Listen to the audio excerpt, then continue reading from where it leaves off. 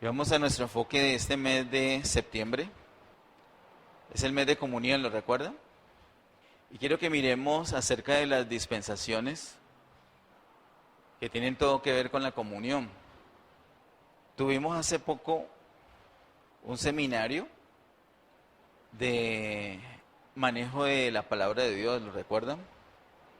Y allí por primerita vez me arriesgué a hablar en propiedad de 4 dispensaciones. Creo que no les dije el nombre o los nombres. No son tan importantes los nombres, pero si los tenemos mejor porque los podemos identificar y podemos identificar la dispensación. La propuesta es que en este mes miremos estas dispensaciones, estas 4 dispensaciones: patriarcas, ley, gracia y milenio. Es muy, pero muy importante, más de lo que de pronto usted pueda creer, que seamos entendidos de los tiempos. Eso es más que un versículo, más que una frase bonita en la Biblia, es una necesidad. ¿Para qué tenemos que ser entendidos en los tiempos? Para entender qué hacer cuando nos pasa algo en un momento dado. Para ayudar a otras personas a entender, para poderles explicar a otras personas.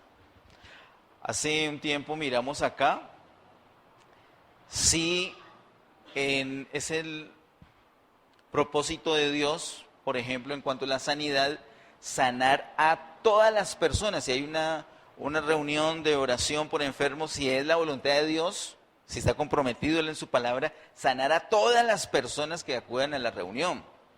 Porque ese tipo de cosas yo las he oído por la televisión. La televisión es peligrosa.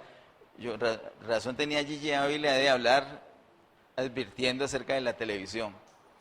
Yo lo he escuchado, y qué bonito, qué chévere que vayan miles y de esos miles hayan 3.000 enfermos y que esos 3.000 enfermos se sanen los 3.000, gloria a Dios.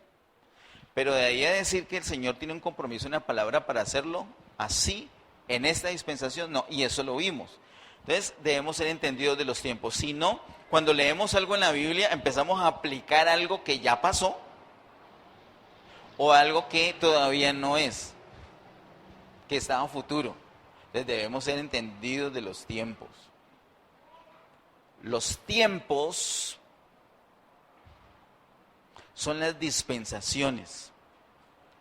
Son divisiones que hay en el tiempo comprendido entre la eternidad pasada y la eternidad futura. ¿Cómo así eternidad pasada? Sí, antes de la fundación del mundo está la eternidad pasada, donde encontramos ¿a quién? A Dios. ¿Y a quién más? Ajá, los ángeles son eternos, dice la Biblia. ¿O los creó Dios? Entonces no son eternos. ¿Sí son eternos? No son eternos, los creó Dios. Así que en la eternidad pasada, ¿a quién tenemos?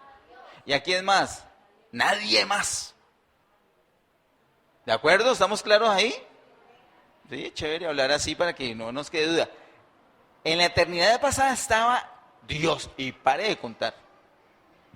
Después Dios funda literalmente el mundo y empiezan los tiempos, o un segmento grande de tiempo, y cuando se termina ese segmento es cuando empieza la segunda eternidad, que es mencionada en Apocalipsis capítulo 21 y 22, es decir, cielo nuevo y tierra nueva. En esa eternidad pasada, futura, y en esa eternidad pasada no tiene sentido contar o hablar de tiempos. No tiene sentido. No tiene sentido que en cielo nuevo y tierra nueva Leonardo diga, los invito que estoy cumpliendo 7.896 años. No tiene sentido, no le caben las velas. Ahí ya no se cuentan tiempos. Así que el tiempo que se cuenta está entre la eternidad pasada y la eternidad futura. Eternidad pasada, antes de la fundación del mundo. Eternidad futura, de cielo nuevo y tierra nueva en adelante. Ahí en la mitad tenemos esos tiempos o esas dispensaciones, esa división de ese tiempo por dispensaciones. Y según la Biblia hay 4. Según la Biblia hay 4. ¿Qué son esas que están allí? Los nombres, el de ley, por ejemplo, esa dispensación de ley no tiene pierde, porque ¿cómo más le ponemos a esa dispensación? Ni siquiera nosotros, sino los que saben, le pusieron ese nombre ley, porque la característica es esa, la ley. Y después de eso, gracia, donde estamos nosotros, también es llamada la era de los gentiles, o la era de la iglesia, pero digamos que técnicamente el nombre adecuado es gracia. Luego el milenio, no tiene pierde, porque la Biblia lo llama así milenio, es una dispensación de 1000 años. Y la primerita, patriarcas, qué lucha. No sabía qué nombre ponerle porque no lo encontré por ningún lado. Así como nombre patriarcas, correspondiente a un periodo, no. Incluso de pronto el nombre sería mejor promesa, dispensación de las promesas. Pero ahorita les muestro por qué mejor patriarcas. Esas son las 4 dispensaciones y entonces les invito a que las miremos. ¿Por qué en el septiembre, que es el mes de comunión? Porque las dispensaciones es una manera particular como Dios se relaciona con el ser humano. En una dispensación se relaciona con el ser humano de una manera, en otra dispensación se relaciona de otra manera. Es distinta la manera como Dios se relaciona con el ser humano en cada dispensación. Y ese es un asunto que tenemos que comprender. Hay un término difícil en la Biblia si no entendemos las diferencias de los tiempos. Bueno, un término no, realmente hay un poco, sino que ni siquiera sabemos que están allí o que son distintos. Por ejemplo, hay uno clásico, un término, una palabra, un concepto, y es vencedores. Vencedores en la dispensación de gracia es una cosa, pero vencedores en la dispensación del milenio es otra cosa completamente distinta. Entonces, el que no es entendido de los tiempos, piensa que este vencedor que la Biblia presenta acá en la edad de gracia, es el mismo vencedor del milenio que va a reinar con Cristo. Y nada que ver. Un vencedor en la dispensación de gracia puede ser un vencido, un derrotado en el milenio. Aquí es vencedor. Y la palabra aquí, vencedor. Y aquí, ¿cuál es el concepto? Que ganó unas cosas. Y aquí, ¿cuál es el concepto? Que ganó unas cosas. Entonces, ¿cuál es la diferencia? La dispensación. Aquí es a cierto costo y aquí es a cierto costo. Por ejemplo, en cuanto a vencedores, aquí en la gracia, ¿cuál es el costo? Todo lo pagó Jesús. Todo. Y acá, Jesús y la persona también. Acá la persona no le costó nada, solamente Jesús. Acá, en el milenio, no solamente Jesús, sino también a la persona. Entonces es distintísimo. Asimismo hay otras palabras, como la vimos recientemente en una reunión de jóvenes, pero bueno, no vamos a mirar ejemplos ahorita. Lo de este mes es más bien como un abrebocas de las dispensaciones y algún día el Señor nos permitirá verlo más despacio. Vamos con la primera entonces, patriarcas. En general, Los estudiosos de la Biblia, no es que me codee mucho con estudiosos de la Biblia, no, sino que uno lee pues en internet eso. Ahí la historia dice acerca de los estudiosos de la Biblia, la mayoría hablan, aceptan, enseñan acerca de 7 dispensaciones. En los seminarios teológicos hablan de 7 dispensaciones. Y está bien, está bien. Otros hablan de 10 dispensaciones. También podría estar bien. ¿Qué nos interesa a nosotros? Lo que podamos encontrar en la Biblia. Tratamos de acercarnos lo más posible. No quiere decir pues que ya tengamos la última palabra, lo que digamos nosotros, no, es lo que diga en la Biblia y tratamos de mirarlo como está allí. Tratando de que, sin menospreciar lo que nos enseñan en los seminarios, jamás ponerlo por encima de lo que está escrito. Sin menospreciar lo que nos enseña una denominación, jamás ponerlo por encima de lo que está escrito. Sin menospreciar lo que nos diga el pastor, jamás ponerlo por encima de lo que está escrito. La palabra de Dios es la autoridad. El Señor Jesús es la autoridad doctrinal. En este mes vamos a ver sobre eso, sobre la autoridad que tiene Jesús al respecto. Pero la mayoría entonces de los estudiosos y de los maestros de Biblia enseñan acerca de 7 dispensaciones que son estas. Una llamada inocencia, otra llamada conciencia, otra llamada gobierno humano. Esa G es de gobierno humano. Otra dispensación llamada de promesa, dispensación de promesa. Otra, así como la tenemos nosotros en el preámbulo, llamada ley. Otra llamada gracia. Y finalmente otra llamada milenio. Entonces nos dan 1, 2, 3, 4, 5, 6, 7 dispensaciones. 7. ¿Cuál es esa primerita? Esa inocencia, comprendida en los capítulos 1 y 2 de Génesis. ¿Y por qué se llamará inocencia? Y si está en 1 y 2 de Génesis, porque no había pecado. Es el propósito, habla de la creación y del propósito de Dios.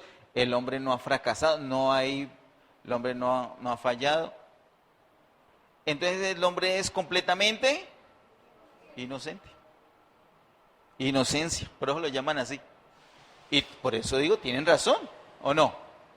Eso lo vimos. La otra vez hicimos un cara a cara de jóvenes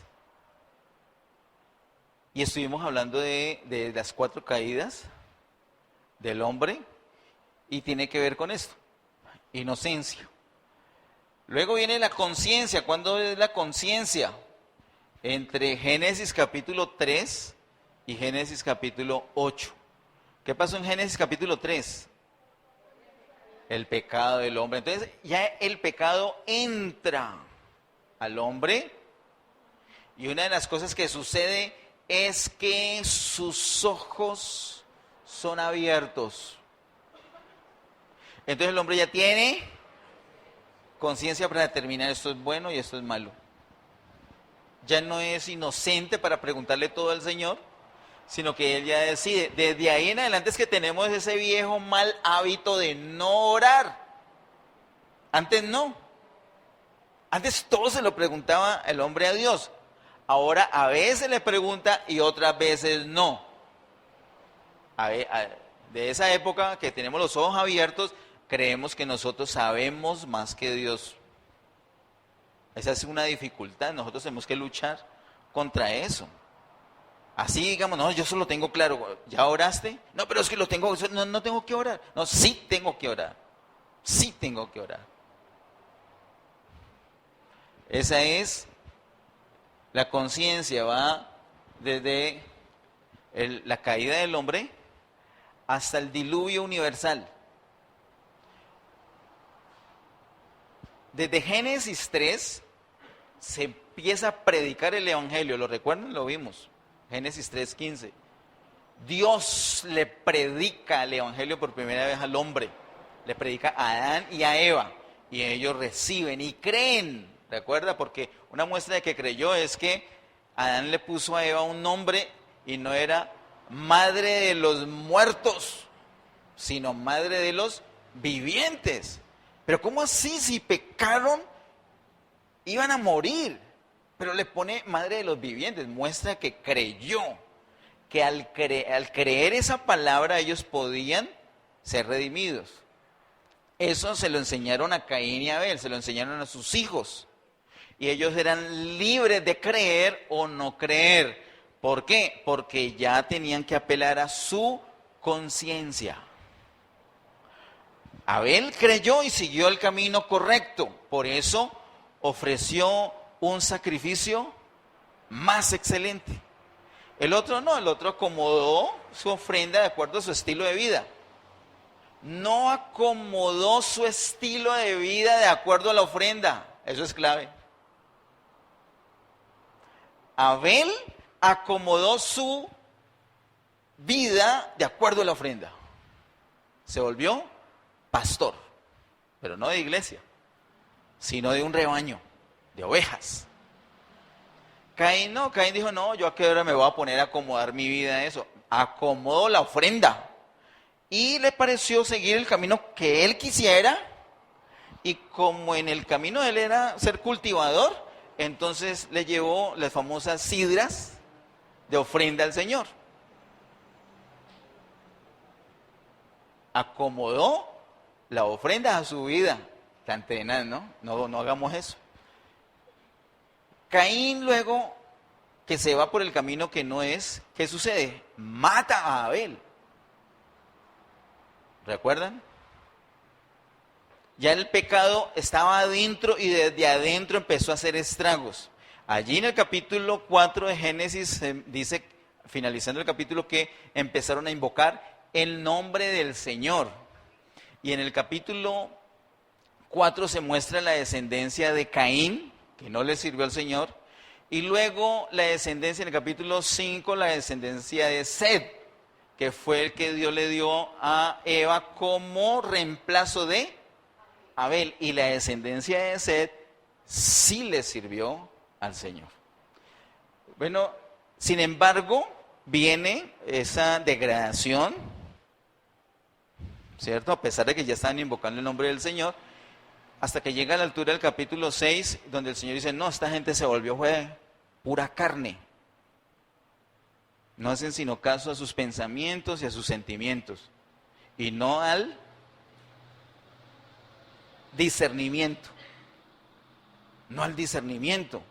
No buscan de Dios para ver qué hacer, sino que lo que les parece, eso hacen. No les importa la palabra, hacen de acuerdo a lo que les pareció.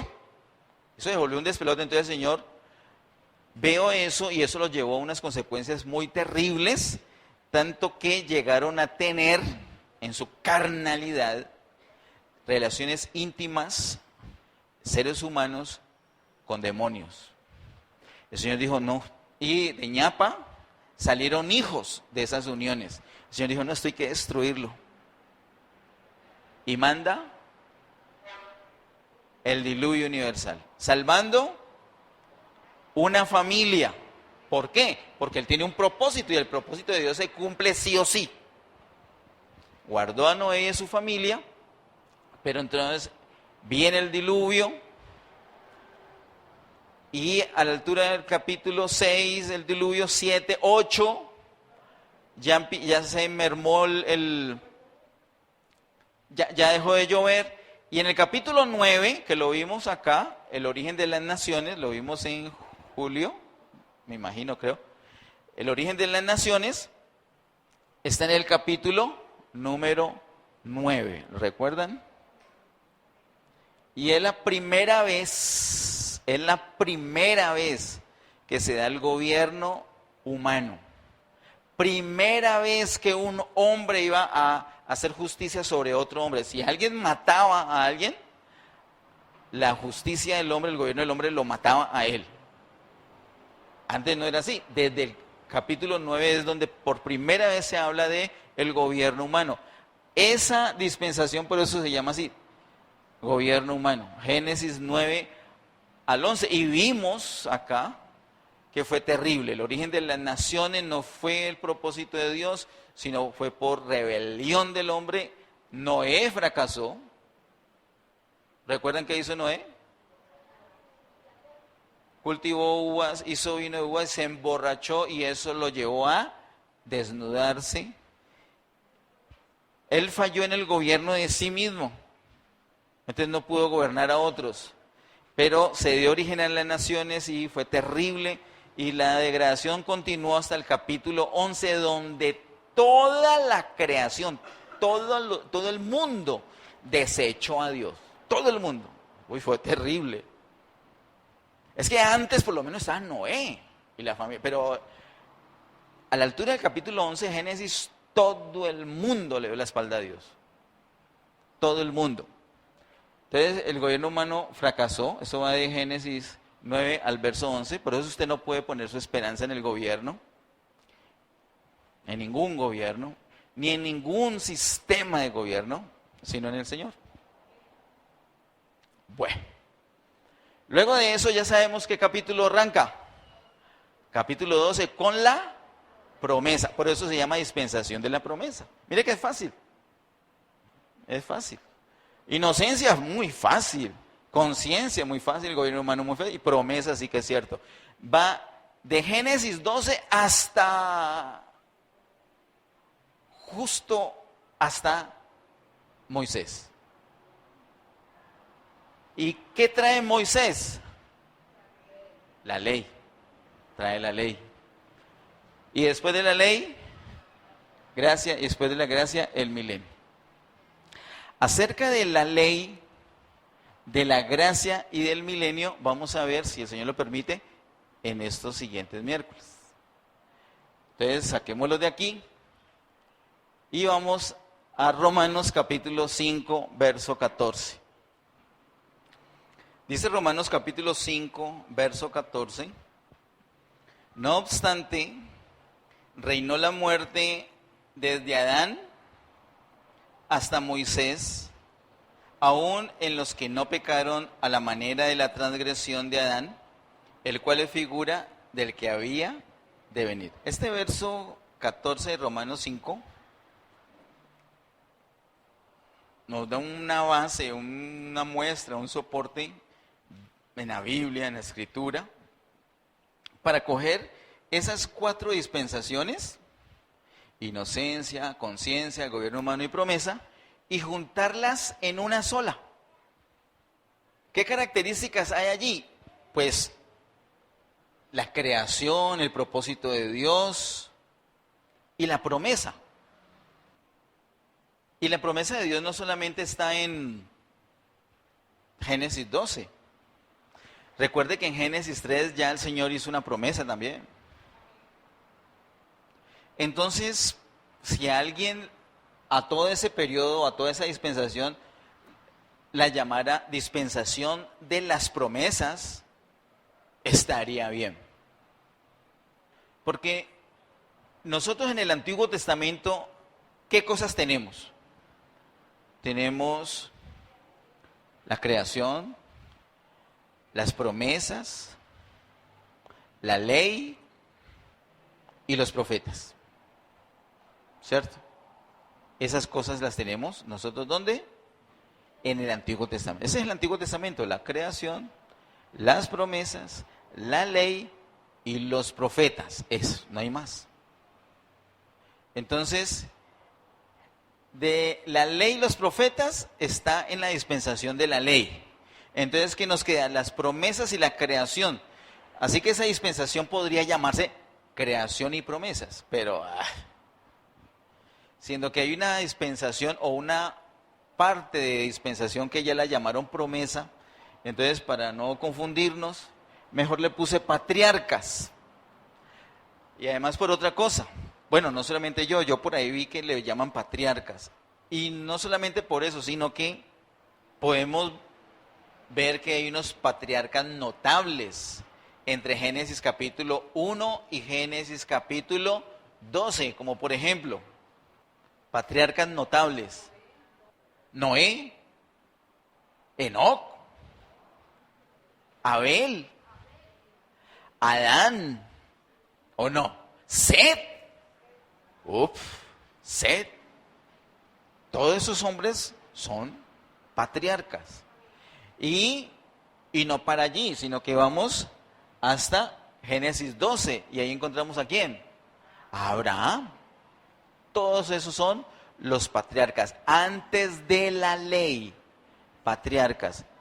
Esos patriarcas son muy importantes porque si nosotros nos consagramos al Señor y si nuestras vidas se van a caracterizar por velar y servir, vamos a ser candidatos para reinar.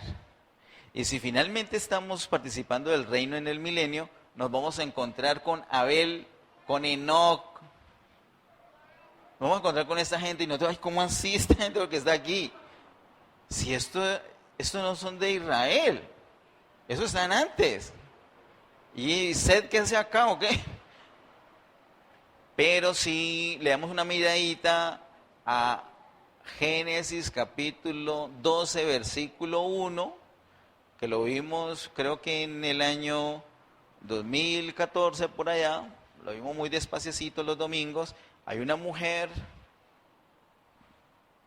embarazada con clamor porque está a punto de dar a luz.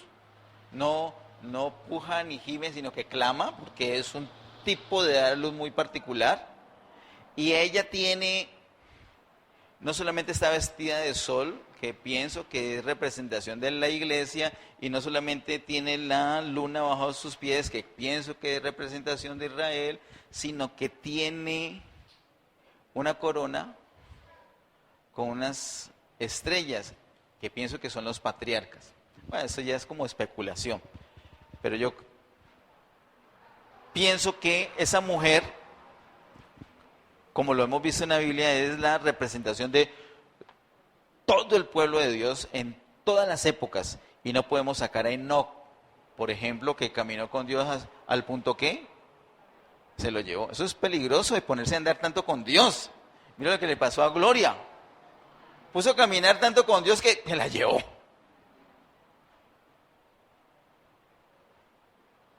Entonces otros dicen, no, yo voy a dejar tanta oradera, tanta lavadera. Entonces no se lo lleva a Dios, se lo lleva a otro. Mejor ore, alabe. Bueno, así que dice en Romanos 5:14, mire que junta todo ese grupo. ¿Sí lo notó? No obstante, reinó la muerte desde Adán hasta Moisés. Ese es el grupo. Hay un verso en la Biblia que es Romanos 5:14 que nos junta desde Adán hasta Moisés. Y así mismo vamos a ver en otras dispensaciones que hay un verso en la Biblia que nos dice, que nos junta un grupo, un bloque, nos muestra, nos señala explícitamente la ley, luego nos muestra específicamente la gracia, y luego específicamente el milenio, y ahí ya se acabó. Con inocencia, conciencia, gobierno humano y promesa, no hay un versículo que lo señale así es exactamente, sino que podemos hacer los cálculos en la distribución de los capítulos. Así que por eso pienso yo que la primera dispensación es esta de los patriarcas, que va desde, como dice Romanos 5:14, desde Adán hasta Moisés. Desde Adán hasta Moisés. Esa es la primera dispensación. Después, ¿qué sigue? Sigue la ley. Después, ¿qué sigue? La gracia. ¿Y después qué sigue? El milenio. Entonces, eso realmente es una sola cosa. Una sola cosa que está entre la eternidad pasada y la eternidad futura. No son cosas aisladas. Es una sola cosa, sino que tiene divisiones. Y esa es la primera división. ¿Qué es lo fuerte de acá? ¿Qué es lo poderoso de acá de esta dispensación? La promesa. Eso es lo fuerte, eso es lo que nos sostiene a nosotros hoy en día. Esa promesa, ¿a quién está señalando directamente? ¿Cómo se llama? ¿A quién señala esa promesa? Se la dan a Abraham, pero ¿a quién señala? Al Señor Jesús. Y entonces, ¿le nació a Abraham directamente Jesús? No, eso se demoró todavía mucho tiempo. Mucha atención, que eso es muy importante para ver que es una sola cosa, sino que está partida, está dividida. Entonces el Señor hizo una promesa y empezó un pueblo, pero todavía ellos no podían ver el cumplimiento pleno de esa promesa. Entonces, mientras cumplía esa promesa, cogió a su pueblo como ovejitas y las juntó en un redil. Las juntó ahí en un redil. Un redil. La palabra técnica es redil, según Juan capítulo 10. Y ahí está el redil. ¿Y por qué los juntó? Los guardó sus ovejitas allí mientras llegaba el día. Por la noche se guardan las ovejitas y por la mañana, cuando llega el día, se sacan. Pero las juntó allí mientras llegaba el día. ¿Y cuándo es que llega el día? Cuando el Señor vino por primera vez. Ojo. Entonces, ¿cómo se llama ese redil? ¿Qué es? No. ¿Cómo se llama ese redil? Israel fue metido en ese redil. Porque Israel es el de las promesas, pero no se iban a cumplir ya. Espera un momentico, mientras espera, los metió en ese redil. Ese redil se tenía que guardarlos, cuidarlos allí mientras se cumplían la promesa. Ese redil. Cuando ya se cumple esa promesa, esas personas ya no tienen por qué estar en ese redil. Por eso es que nos muestra Juan capítulo 10 una puerta, la puerta de las ovejas. ¿Para qué sirve esa puerta de las ovejas? Primordialmente, primeramente para salir, no para entrar. Si alguien, y seguramente de buena fe lo hemos predicado, la puerta de las ovejas es para entrar, y peor, le metemos una patada a la pobre ovejita y la entramos al cielo por esa puerta, lo cual no es bíblico. Y si se mira con calma, primordialmente la puerta es para salir, porque está el pueblo encerrado en el redil. Y una muestra de una ovejita que salió, el ciego, en capítulo 9 de Juan. ¿Por qué lo sacaron? Si es pecador, yo no sé, pero una cosa sí sé, yo era ciego y ahora veo. Ese es mi testimonio. Entonces ni siquiera tuvo que salir, sino que lo sacaron del redil. Entonces, ¿cuál es el redil? La ley. Cuando ya llega el Señor, ¿para qué redil? Esto ya no se necesita. El Señor Jesús es la puerta de las ovejas. El Señor Jesús es la puerta de las ovejas. Ya está, ya no se necesita redil. Ya llegó el Señor Jesús. Entonces, abran la puerta y por ahí salió el ciego, pero ya viendo, el ex ciego, salió por ahí. Y así mismo salieron un poco. La puerta de Juan 10 es para salir. Para salir, primordialmente es para salir y para entrar. Salen del redil y entra. ¿Qué hay fuera del redil? Imaginémonos, no le metamos Biblias, no metámosle campo, ganadería. Salen las ovejitas del redil, del corral donde están, y ¿qué encuentran el otro día? Pasto. ¿Pasto para qué? Para comer pastos frescos. Y ese esos pastos frescos donde ellos salen o entran, es Jesús. Salen de la ley y entran al Señor. Eso, entonces, esta es la dispensación que sigue. Ley, encerrados allí en la ley, pero luego se abre y salen. Cuando se abren, cuando viene la puerta que es Jesús, salen de allí y empieza otra dispensación, que es la dispensación de gracia. Y allí estamos disfrutando por gracia.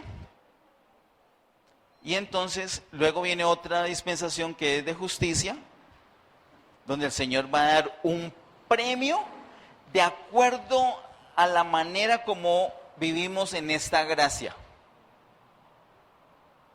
El Señor va a dar una recompensa.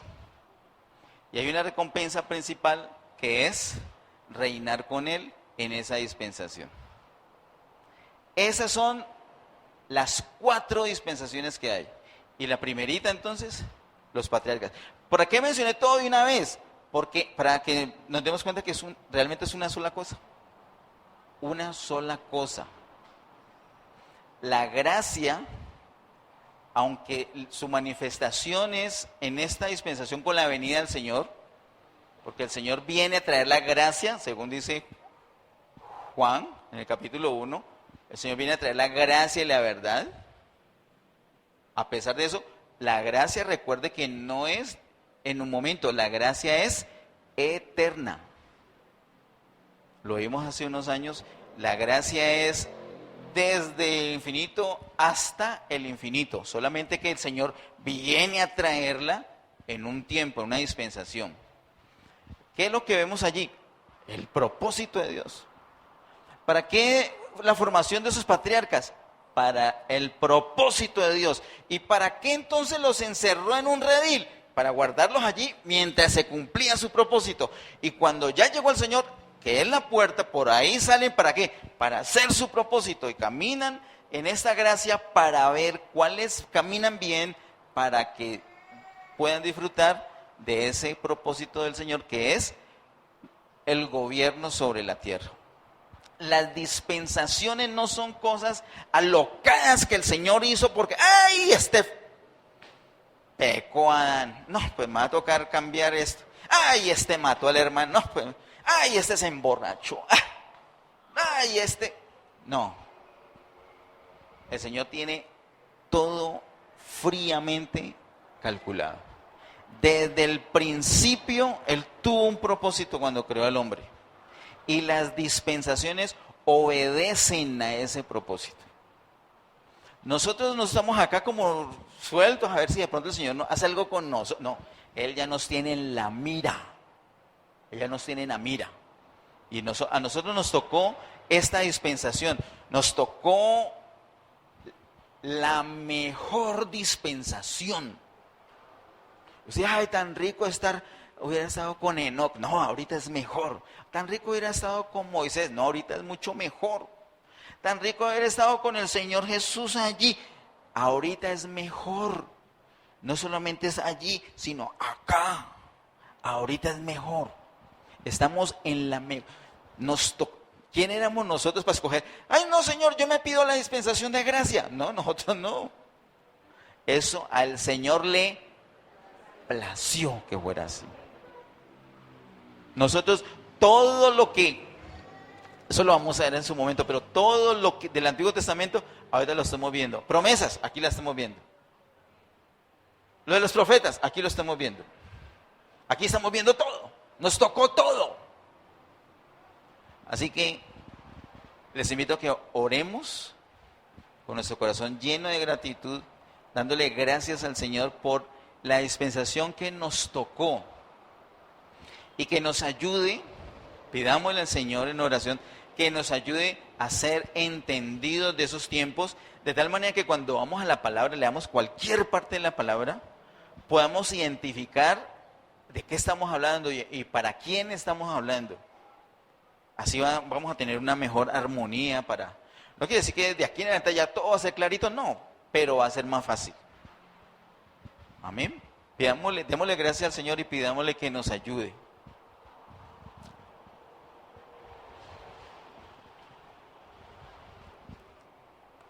Padre, en el nombre de Jesús, estamos delante de ti, agradecidos, Señor, contigo por tu propósito eterno. Tu propósito es un propósito eterno. Tu palabra dice que tú, para tus hijos, preparaste el reino antes de la fundación del mundo. Tu propósito es un propósito eterno. Ayúdanos a verlo, a ver bien ese propósito. Gracias por lo que nos has mostrado, pero queremos ver más para poder andar en esa verdad, en esa realidad. Que esa luz nos ilumine de tal manera que no andemos como si estuviéramos a oscuras. Que esa luz afecte nuestro caminar, afecte nuestra vida, afecte nuestros pensamientos, afecte nuestros sentimientos. Oramos que venga tu reino, que tu voluntad sea hecha en medio nuestro como es hecha en el cielo. Oramos para someternos a tu gobierno. Queremos sentir la restricción de tu reino, de tu gobierno. Queremos contar contigo, queremos depender de ti. No pretendemos regresarnos a la dispensación de inocencia, pero aún con nuestros ojos abiertos escogemos depender de ti.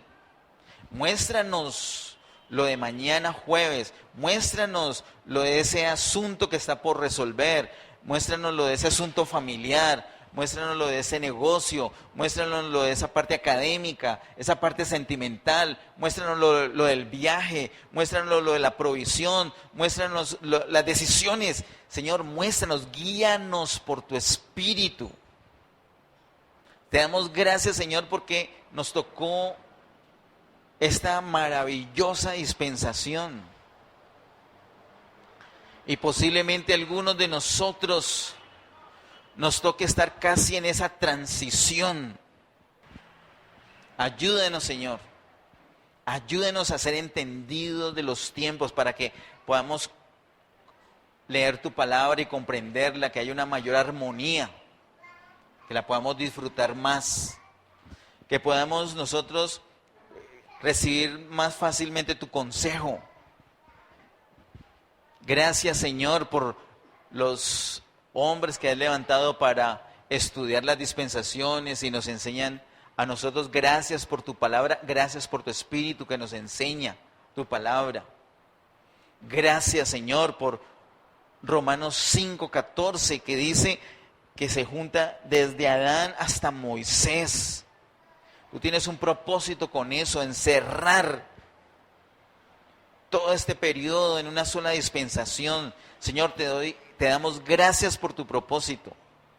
Gracias, Señor, por la acción de la ley. Ayúdanos a entender y dale la libertad a tantas personas que están literalmente esclavas de la ley. Están encerradas en un redil que ya no es necesario. Muéstrale la puerta en el nombre de Jesús. Te pedimos, ten misericordia de estas personas, ten misericordia, Señor, de las personas que están encerradas en este redil. Señor, ilumínales, muéstrales que la puerta ya está, muéstrale que tu Hijo es la puerta de las ovejas. Ayuda a esas ovejas que están encerradas en ese redil a salir a disfrutar los pastos. Así como ayudaste a salir a ese hombre que era ciego, así como nos ayudaste a nosotros, ayuda a salir a muchos que están ahí encerrados, pero salir a disfrutar de esos pastos. En el nombre de Jesús te lo pedimos, Señor, ayúdanos a aprovechar más esta dispensación, todos los recursos que ponen delante de nosotros, ayúdanos a aprovechar más la iglesia, la hermandad, la comunión, la oración, la adoración, los tiempos de reunión. Ayúdanos a gozarlos, a disfrutarlos, a aportar, a dar, a recibir. Ayúdanos, Señor, a disfrutarnos como hermanos. Ayúdanos, Señor, a ser lo que tú has dicho que somos, un cuerpo, ayúdanos a encajar, ayúdanos a concertarnos, ayúdanos, Señor, a andar juntos como lo que somos. Ayúdenos, Señor, a ser parte de esos vencedores que van a reinar contigo. Oramos, Señor, que nos ayudes para escapar de la prueba que viene sobre toda la tierra habitada. Ayúdenos, Señor, a ser dignos de escapar. Ayude a nuestra familia, Señor, que nuestra familia no solamente se convierta, sino que se consagre a ti, Señor. Que estemos a tus pies rendidos, amándote, que tú seas la prioridad, no solamente en palabras, no solamente en conocimiento, sino de hecho, en verdad, en obra, en estilo de vida. Ayúdanos, Señor, te pedimos, Señor, que tengas misericordia de nosotros, Señor, porque en nuestra debilidad te hemos fallado, hemos pecado contra ti. En el nombre de Jesús te pedimos, Señor, que nos perdones, que nos limpies de toda maldad, que nos ayudes, Señor, a seguir, que nos ayudes a ser sensibles a la voz de tu Espíritu, que nos guía paso a paso. Ayúdenos, Señor, a honrarte con nuestro caminar. Ayúdenos, Señor, a aprender de la dispensación de los patriarcas. Ayúdenos a aprender del ejemplo que tenemos con esos patriarcas. Ayúdenos a aprender también de sus errores para nosotros no cometer los mismos. Ayúdenos a mirar bien la vida de Abraham. Ayúdenos a ver bien la vida de esos hijos tuyos que están puestos delante de nosotros para ejemplo nuestro. Ayúdenos, Señor, a andar conforme a tu voluntad, conforme a tu deseo, Señor. Oramos, Señor, que nos ayudes en nuestras casas, en nuestras familias, a vivir la realidad de tu reinado, a vivir la realidad de tu presencia. Ayúdenos, Señor, a vivir la realidad de tu gloria, esa manifestación de cielo abierto, Señor, que tú has dicho para Getsemaní. En el nombre de Jesús te pedimos, Señor, ayúdanos a disfrutar esa realidad. Ayúdanos, Señor, no solamente que vengan las familias acá a la iglesia, Señor, sino que cada familia se llene de iglesia. Ayúdanos, Señor, que cada familia se llene de ti, de tu gloria, de tu presencia. Ayúdanos a disfrutarte en casa. Ayúdanos, Señor, a vivir esa realidad donde quiera que vayamos. En el nombre de Jesús. Hay asuntos pendientes, hay deudas que tenemos, Señor. Te pedimos que perdonen nuestras deudas, así como tenemos un corazón perdonador. Ayúdenos, Señor, perdónenos, Señor. Hay cosas que no vamos a poder pagar, perdónenos y ayúdenos a ser diligentes. Ayúdenos, Señor, a poder decir así como Pablo que la gracia no ha sido en vano. Ayúdenos, Señor, a darte esa libertad para que te muevas, que esa gracia se mueva y pueda usarnos como instrumentos útiles en tus manos, Señor. Te lo pedimos en el nombre de Jesús, Señor. Encomendamos nuestras familias en tus manos, Señor. Declaramos que están bajo tu cobertura, conforme a lo que tú ya has dicho en tu palabra respecto a las familias, Señor. Ellos están bajo tu cobertura, bajo tu bendición. En el nombre de Jesús, gracias por todas las cosas, Señor. Amén. Amén.